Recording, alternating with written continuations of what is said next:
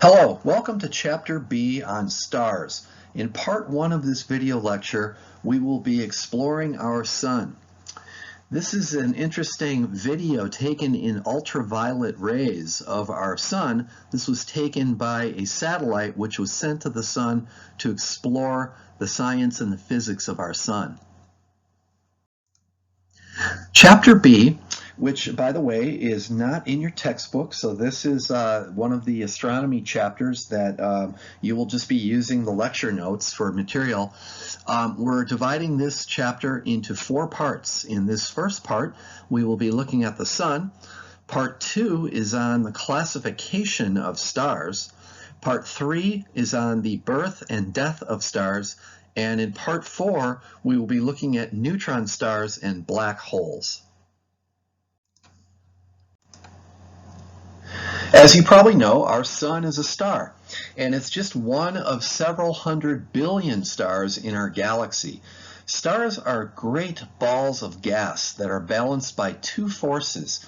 Gravity is trying to squeeze the star inward and crush it. And the pressure inside the star, due to the heat of the gas, is pushing outwards and fighting off gravity. So during a star's entire life, there's a struggle between these 2 forces, pressure pushing out and gravity pulling in. It turns out, of course, that gravity will eventually win this battle, and this will have to do with how stars die, which we'll look at later in this chapter. The other thing here is that we're going to learn that heat is produced inside the core of a star, and then it flows outward to its surface, and then it's released and can travel through space as electromagnetic waves to our Earth and to the other planets. Let's take a look at some of the general properties of our sun. As I mentioned before, it's just an average star, one of some 200 billion in our Milky Way galaxy. You could fit about 100 Earths across the diameter of the sun, and what that means is you could actually fit 1 million Earths inside the volume of our sun. The sun is extremely massive as well as big. It is something like 330,000 times the Earth's mass. The sun consists entirely of gas, so all the way through we're talking about gas, and we'll talk about the composition of this gas later, but basically it's mostly hydrogen and helium.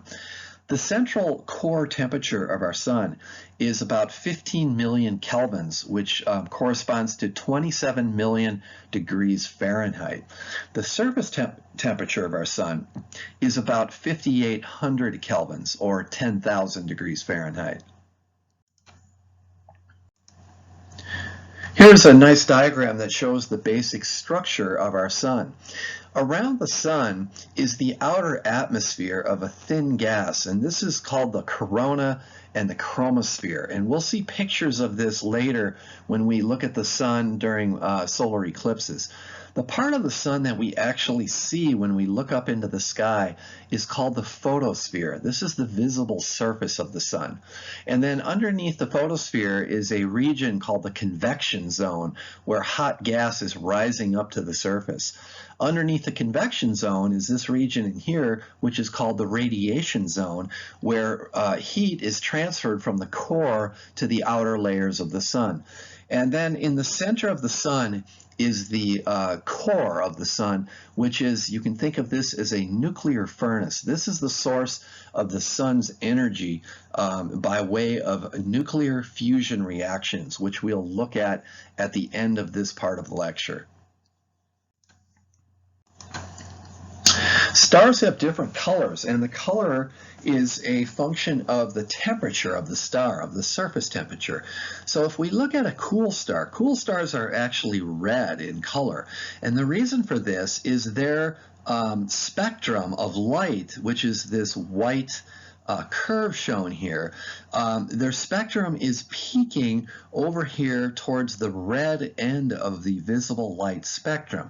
So that means that these stars are giving off most of their light in the red or even infrared part of the spectrum. So this is the wavelength of light down here, and this is just the intensity or how bright each wavelength is. And then on each of these graphs, you'll see the visible light spectrum sort of superimposed on top so that we can compare the actual spectrum of the star with the visible spectrum of light.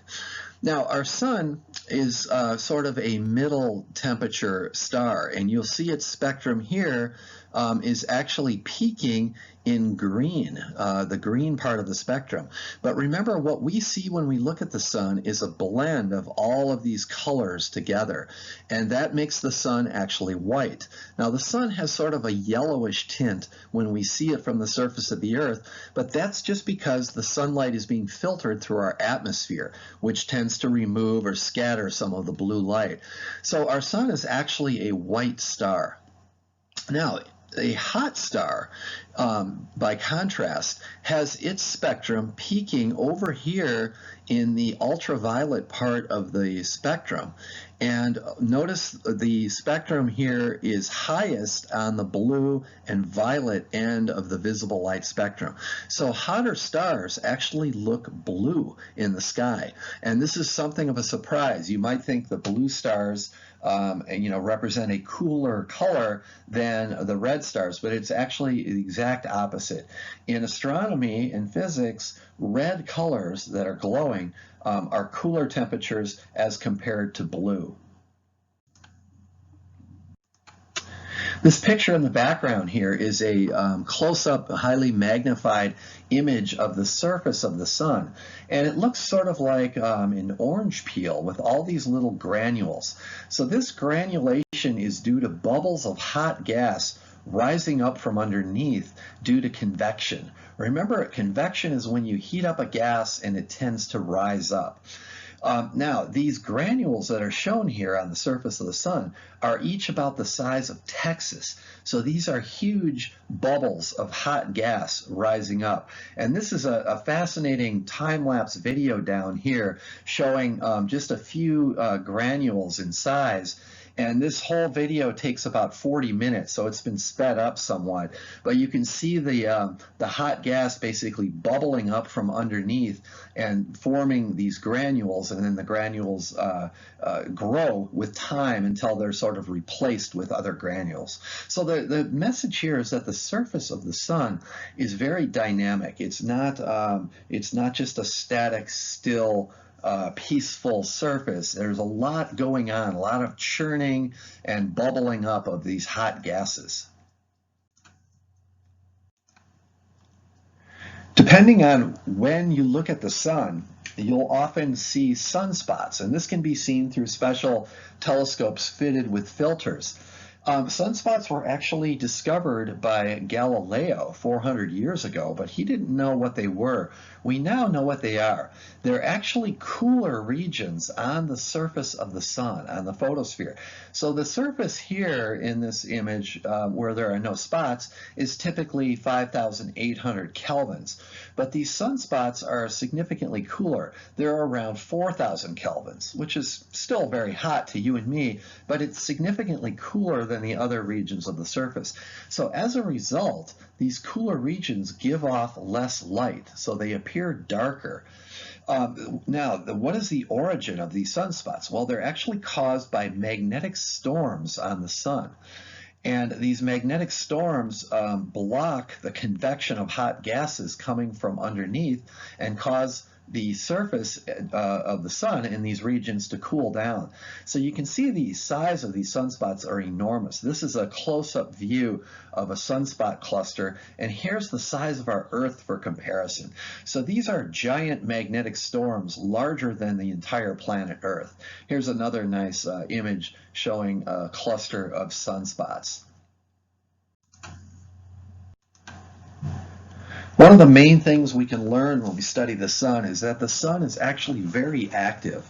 When we look up in the sky, the sun looks relatively quiet and peaceful, but there's actually quite a bit going on with the sun. We already talked about the churning gases that cause the granulation on the surface, and sunspots are another piece of evidence for solar activity. Remember, sunspots are caused by magnetic storms.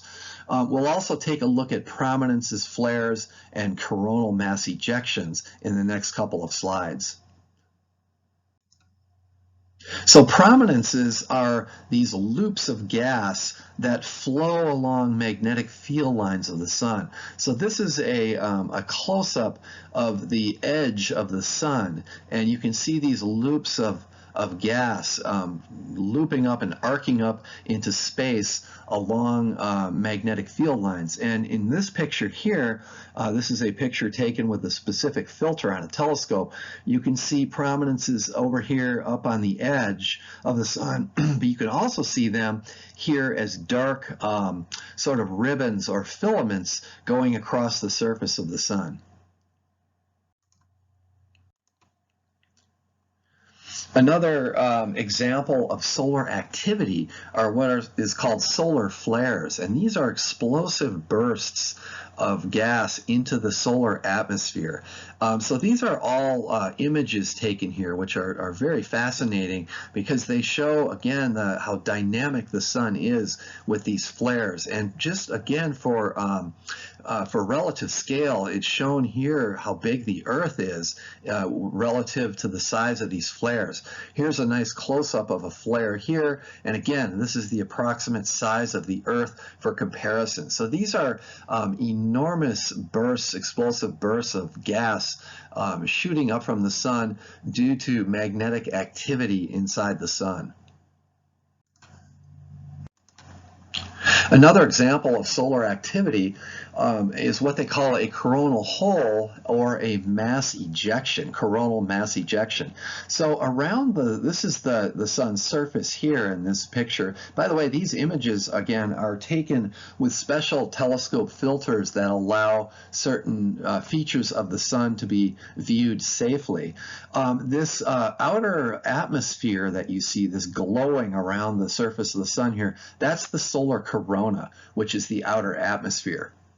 And sometimes if there's a magnetic disturbance below, a magnetic storm, which drives most of the solar activity, it can create a hole in this corona, and you can see that here, and you can also see the coronal holes in these pictures here as these dark regions. So these holes allow particles from the sun to gush out, and this is called the solar wind. The solar wind are basically protons from all the hydrogen atoms inside the sun. The protons and electrons become separated from each other, and they stream out from the sun. And they actually, the solar wind travels throughout the solar system, and it even bombards the Earth. This is another really cool time-lapse video here of what's called a coronal mass ejection, which is a massive violent burst of solar wind. And you can see as this thing repeats over and over, you can see a couple coronal mass ejections happening here. The sun, by the way, is behind this shield right here. They put this mask over the image of the sun to prevent the glare from destroying the video that's taken here. Solar activity can affect us here on Earth. And one of the phenomena that is due to solar activity is called the northern lights, or the aurora borealis. And this is when the solar wind particles from the sun basically reach the Earth, and our Earth's magnetic field sort of acts as a shield to protect the Earth from the solar wind. However, near the poles of our Earth, the North Pole and the South Pole, the solar wind is sort of funneled and concentrated. And as these solar wind particles slam into our upper atmosphere of the Earth, they excite the molecules of nitrogen and oxygen, and they cause them to produce an emission spectrum, which means they glow. So let's take a look at some examples of this. So here's a picture of the northern lights taken in some northern latitude country. They are easily seen and quite often seen in Canada, Alaska, in the the Scandinavian countries as well, but sometimes they will come down into the United States as well. I've seen them numerous times in northern Wisconsin, where it's pretty far up north in latitude for our country, but these northern lights are fascinating to watch and see. They look like sort of shimmering curtains of light, and they will pulsate and move around in the sky. It's really quite a spectacle to see them. Here's another neat photograph that someone took of the northern lights in action. And one more. This one shows some different colors. You can see some pinks and greens here.